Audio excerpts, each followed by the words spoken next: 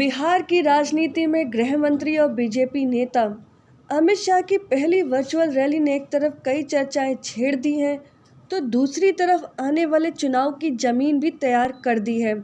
उन्होंने एनडीए का एजेंडा भी सेट कर दिया है। दरअसल अमित शाह ने अपनी रैली में तेजस्वी को केंद्रित कर इशारों में कई बातें कही और जिस तरीके से लालू परिवार के जंगल राज को सामने रखा, इस पर राजनीतिक जानकारों का कहना है कि बीजेपी ने अपनी रणनीति के तहत ही तेजस्वी यादव का नाम लिया और लालू परिवार को टारगेट किया। अब सवाल यही है कि जिस तरह तेजस्वी यादव ने रिएक्ट किया, इससे क्या तेजस्वी अपने मकसद में कामयाब रहे या फिर बीजेपी ने अपनी रणनीतियों के मुताबिक उनको सबसे बड़ा नेता घोषित कर मोहरा बना दिया है।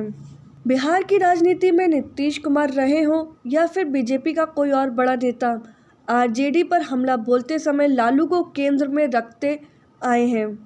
तेजस्वी को केंद्र में रखकर बीजेपी का इतने शीर्ष नेतृत्व ने कभी हमला नहीं किया। बीजेपी नेता अमित शाह के इन बयानों के बाद तेजस्वी यादव विपक्ष के सबसे बड़े चेहरे के रूप में घोषित भी हो गए हैं। हालांकि इसे बीजेपी की रणनीति का ही हिस्सा कहा जा रहा है। दरअसल एक तरफ महागठबंधन के ही नेता तेजस्वी को विपक्ष का नेता मानने पर सवाल उठाते रहे हैं। जीतन राम मांझी, उपेंद्र कुशवाहा, कांग्रेस नेताओं ने भी तेजस्वी को विपक्ष के सीएम चेहरा घोषित करने पर कई बार सवाल खड़े किए हैं।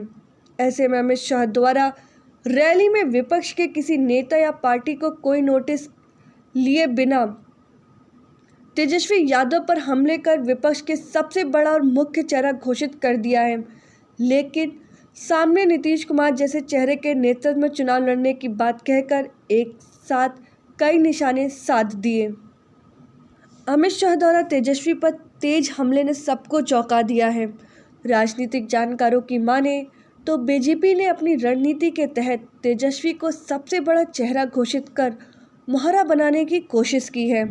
बिहार के वरिष्ठ पत्रकार और राजनीतिक विश्लेषक कन्हैया भेलारी कहते हैं कि बीजेपी ने लोकसभा चुनाव के तर्ज पर बिहार चुनाव को चेहरे पर बहस छेड़ दी है। कन्हैया भेलारी कहते हैं कि जिस तरह लोकसभा चुनाव में मोदी के खिलाफ राहुल गांधी का चेहरा खड़ा कर मुद्दों पर बहस खत्म कर दी थी, ठीक उसी तरह बिहार में बीजेपी चाहती कि मुद्दों और पिछले 5 साल के काम पर बहस ना होकर सीधा नीतीश कुमार और तेजस्वी के चेहरे पर बहस हो। कन्हैया भेलारी कहते कि बीजेपी मानती है कि चेहरे की इस लड़ाई में तेजस्वी और विपक्ष को पछाड़ना आसान होगा। वहीं कांग्रेस नेता प्रेमचंद मिश्रा की माने तो बीजेपी अपने काम पर बात करने से पीछे भाग रही है। लालू परिवार पर हमला करना आसान लगता है, लेकिन कांग्रेस बीजेपी और नीतीश कुमार को सवाल से भागने नहीं देगी। बहरहाल अमित शाह की रैली के बाद बिहार की राजनीति में गर्माहट शुरू है। सब अपनी अपनी रणनीतियों की धार तेज करने में लगे हैं। आने वाले दिनों में साफ हो जाएगा कि तेजस्वी हीरो बन या फिर बीजेपी ने अपनी गुगली में फंसा लिया है। अगर आपको हमारा वीडियो पसंद आया हो तो इसे लाइक करें, सब्सक्राइब करें और साथ ही बेल आइकन दबाना ना भूलें।